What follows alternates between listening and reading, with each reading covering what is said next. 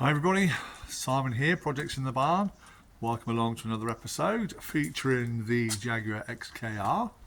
And this is just going to be a short video following on from the last one I've done where I was mucking around with my mass airflow sensor again. I've had a great response from you all, so thank you so much to all those that have taken the time to get back in contact with me and to give me some useful tips and pointers on where to go next. And the thing for me, because I can't maintain a steady idle on the engine, as I said in my last video, it's difficult to get an accurate reading in terms of on my scan tool because it's at set parameters. So apparently, if I go back to basics, what's been suggested to me is to start the car up and then unplug the mass airflow sensor whilst it's running, and then if it changes the way that the car responds, then it would indicate that the mass airflow sensor is doing its job properly. The other thing I've been asked to do is to disconnect the mass airflow sensor before you start the engine, cycle the ignition on and off slowly twice, then attempt to start the car, and again allegedly the engine goes back to its default settings, and to see if that makes a difference in the way that the car behaves. So I've just come down here today. I'm going to try those two things out just to see if I can rule out the mass airflow sensor as being my problem, because it seems to be a bit of a red herring at the moment. Everything kind of leads back to the mass airflow sensor, but I just don't know. I'm prepared to try anything. So it's just going to be two quick simple steps. So we're going to start the car up, hopefully it starts. Start the car up, disconnect the mass airflow sensor, see what happens. If it cuts out, allegedly the mass airflow sensor is good. And then while the mass airflow sensor is off, we'll switch the engine off. We'll cycle the ignition on and off twice slowly, then attempt to start the car by putting it then back to its default settings. And we'll see if it makes any difference. If it doesn't, then we can ignore the mass airflow sensor and we'll go on to something else. I think the next thing we'll try from that will be a smoke test. But let's try these two things on the mass airflow sensor, and then we can have a chat about that a bit further. So I'll just get the keys, and then we'll get the bonnet open, get inside the car and start it up. So I'll do that now, and then we'll come back. Okay. So unlock the car. Just pop the keys in. I'll go around and pop the bonnet.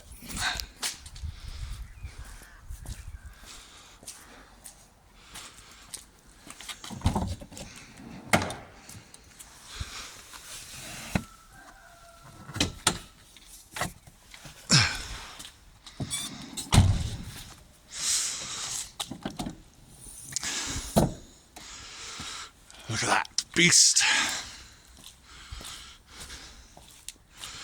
Okay, mass airflow sensor currently plugged in. We're going to start the car.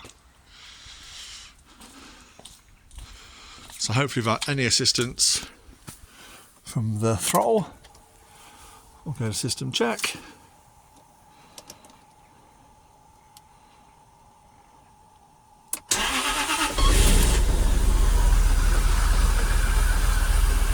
Engine started.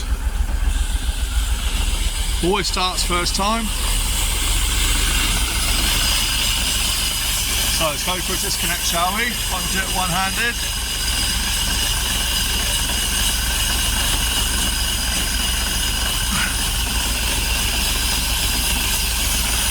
Can't do it in one hand.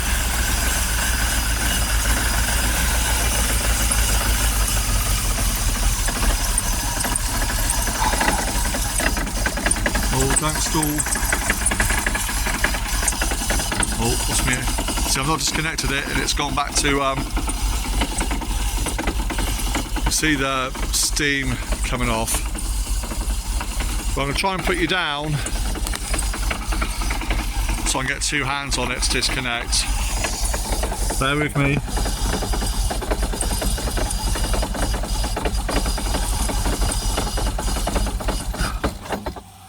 There we go. I've just disconnected it and it's stalled. Okay, you can see then how bad it's running after you've used up that immediate excess amount of fuel. So, ignition off. So slowly, ignition on, ignition off, ignition on,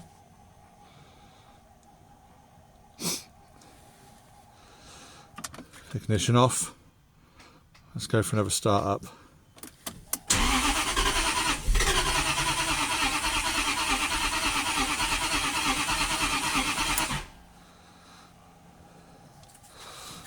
Restricted performance. Let's try for a bit of throttle.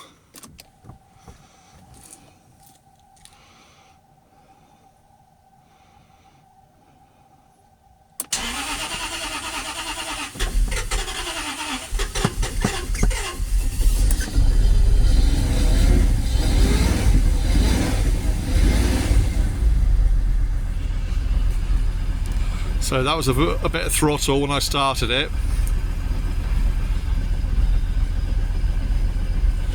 So we're on restricted performance mode. It's on a pretty good idle, a bit high at the moment.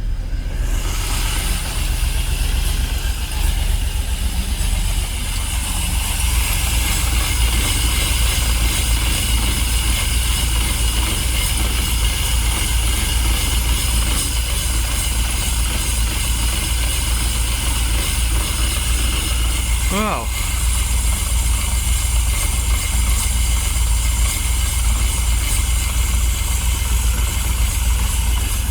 Looks a bit happy. Let's have a look at the back.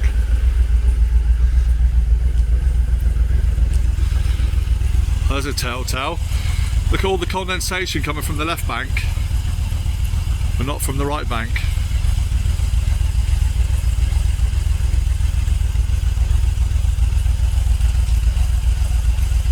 That's not smoke, I promise you, it's condensation. It's about 1 degree here today.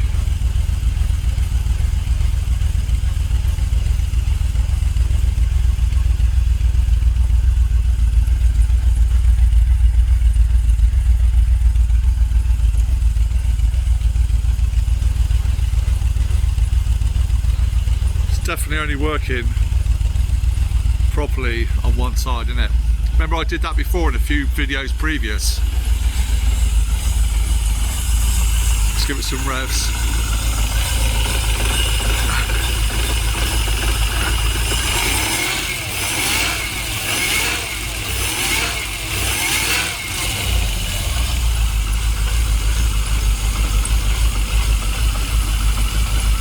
Wow. I really don't know what to make of that.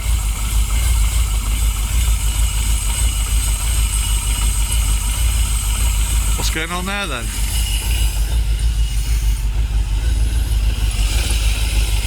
Let's go around this side.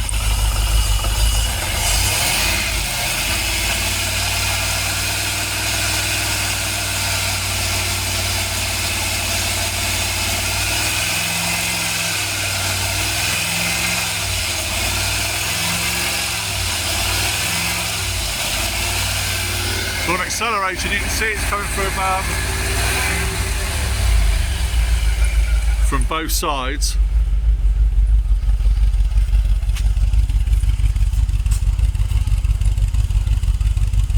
There we go, seems to have settled down a bit now.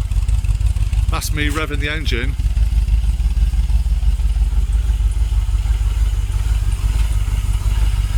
I mean, it still says restricted performance, but I guess it would do.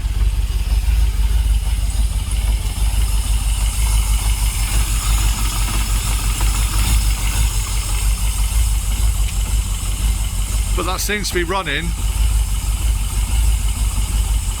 pretty decent. See, before, if I revved it, if I revved the car and back it off, it would stall.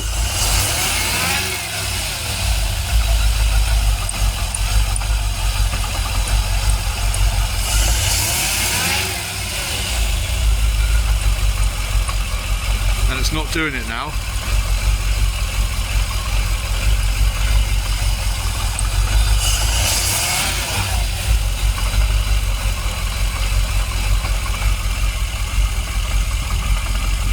Why is it doing that?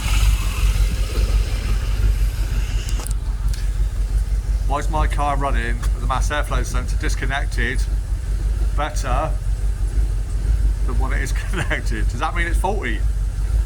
I bow down to your greater wisdom. You've seen in plenty of my videos where I've been revving the engine and it's difficult to keep it idling, but it seems to be idling okay, still not 100%, but a million times better with the mass airflow sensor disconnected. And when I'm revving it, coming back off the throttle, it's staying at idle, whereas before it would always cut out.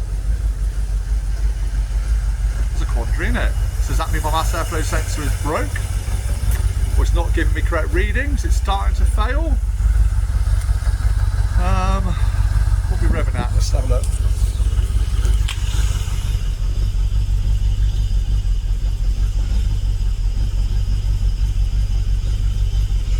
So we're idling around 650 to 700, which is about right for the idle of this car as I understand it.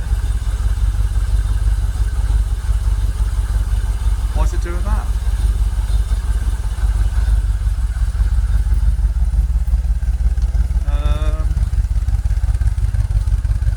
So we look at the back here now,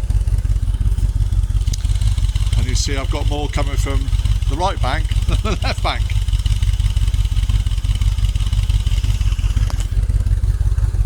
Something is definitely affecting the air-fuel mixture,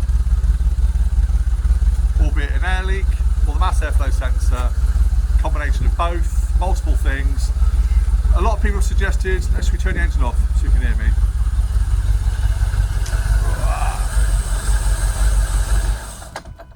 Alright, so a lot of people have suggested the crank position sensor, and I appreciate again all the comments that people have been sending through to me.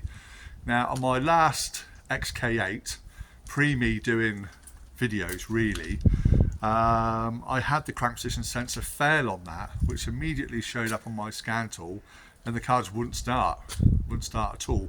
Always turned over, but consistently failed to fire. And it immediately showed up as a crank position sensor on my scan tool, so I replaced that, fired straight up into life. As you can see, I'm not having an issue starting the car. It's maintaining an idle and it not running sort of 100% smoothly. So what do we think from that little experiment? You can see, well, let's turn you around, it's still unplugged. Let's see if it will start again. See if it will start without me having to touch the throttle. System check.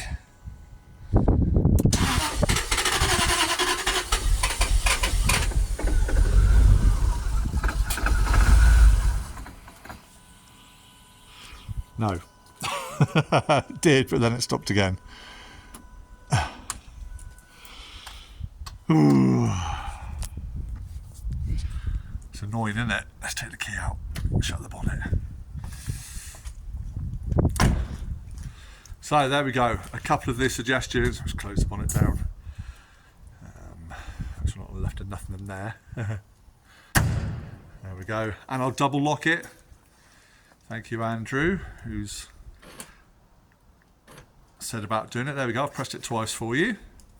Double show of the indicators to stop the battery from running down as quickly. So thank you very much, Andrew. I appreciate all your help you've given me so far. So there we are. What does that indicate to all you guys out there? With the MAF disconnected and connected. So it definitely stalled, although it was on the verge of stalling. It definitely stalled when I disconnected the MAF, and it has done that previously. I've done that before. Swap my arms.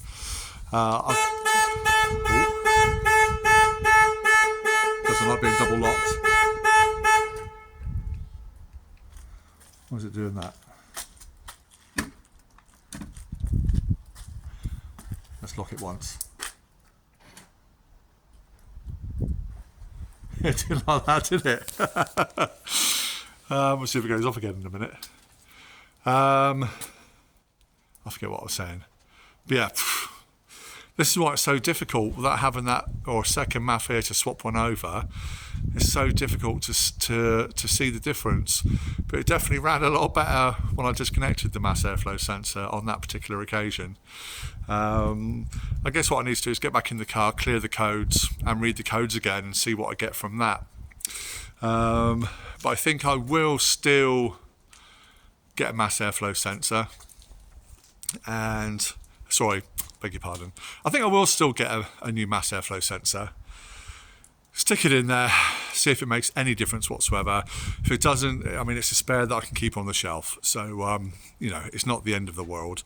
But I think what I'd also like to do is get a smoke tester. I think that'd be my next thing. I'll do a smoke test to see if I've got any air leaks anywhere through the system. I've seen machines relatively inexpensive, well, not that inexpensive to be honest, about 70 quid. But I guess with all my cars here, they'll come in handy at some future stage as I sort of go through my projects. And again, it'll give me a really good indication if there's any air leaks within the whole system there. Again, we've got to remember, those that are sort of new to my channel, and I've only been seeing the last few videos, there's quite a few of you, so thank you again for tuning in, and thank you for subscribing. This car's been sat for 10 years, so it literally hasn't been run for 10 years until I got it down to my house. So I dare say there's going to be some things that have degraded, worn away, fallen off in the wrong place. Who knows who's been in there before playing around. So I just need to keep going systematically through it. So that's what I'll do. So I think I'll get a smoke tester. We'll do a smoke test to see if I can find any leaks, because there's plenty of areas where I could potentially be getting leaks from. And I'll say we'll go for a new MAF, I think. Bite the bullet and see what difference it makes. And one of these videos, one day, I'm going to turn the key and show you all how beautifully it's running. One day soon, I'm convinced of it. We're way off from it yet though, unfortunately, but you know, we're getting there. We are getting there. We are persevering. So I just really want to get to the bottom of it. But again, we're almost super close to getting it inside the barn. So definitely, I know I've been saying this for a while now, but definitely another week or so and it will be inside my barn. I've got a huge pile, let me show you. A huge pile, if you can see. Let me take that off. There we go. That's all rubbish to go down the tip. I've got to reorganise this side, and this is where the Jag's going to live. But I can't do that until my distance wide is completely finished and out the way. So I have that to do. But yeah, another week or two. It will be before Christmas. I'm going to get it away before Christmas. So there we have it. Another attempt at seeing what's going on with my XKR. I pass it back to experts and see what you think. Let's get back to some old school mechanicing, shall we? See if we can get to the bottom of this problem. So that's it for this episode. Only a short one, like I said. We're carrying on with this theme of trying to get my engine running properly. It's a challenge, but we're getting there. And I appreciate all the help that you're all giving me, because obviously you're encouraging me to keep going and to get to the bottom of the issue. And you all keep telling me it's going to be well worth it in the end and how beautiful they are to drive. So that really does spur me on. So as I say, thank you so much for watching. If you're enjoying the content I'm putting out on my channel at the moment, please feel free to subscribe, hit the like button, give me a thumbs up and hit the notification bell icon so you get alerted each time I set a new video out. But that's it for now. Hopefully we'll do another one next week. We'll try and keep it more regular coming out. So I'll try and get another one done next week for you all. Hopefully you'll see that this fan is gone next week. So that's one burden off my shoulders. And then we'll catch up very soon on projects in the barn. Take care, everybody. And one day you'll see me driving my XKR. Take care, everyone. See you soon. Bye for now.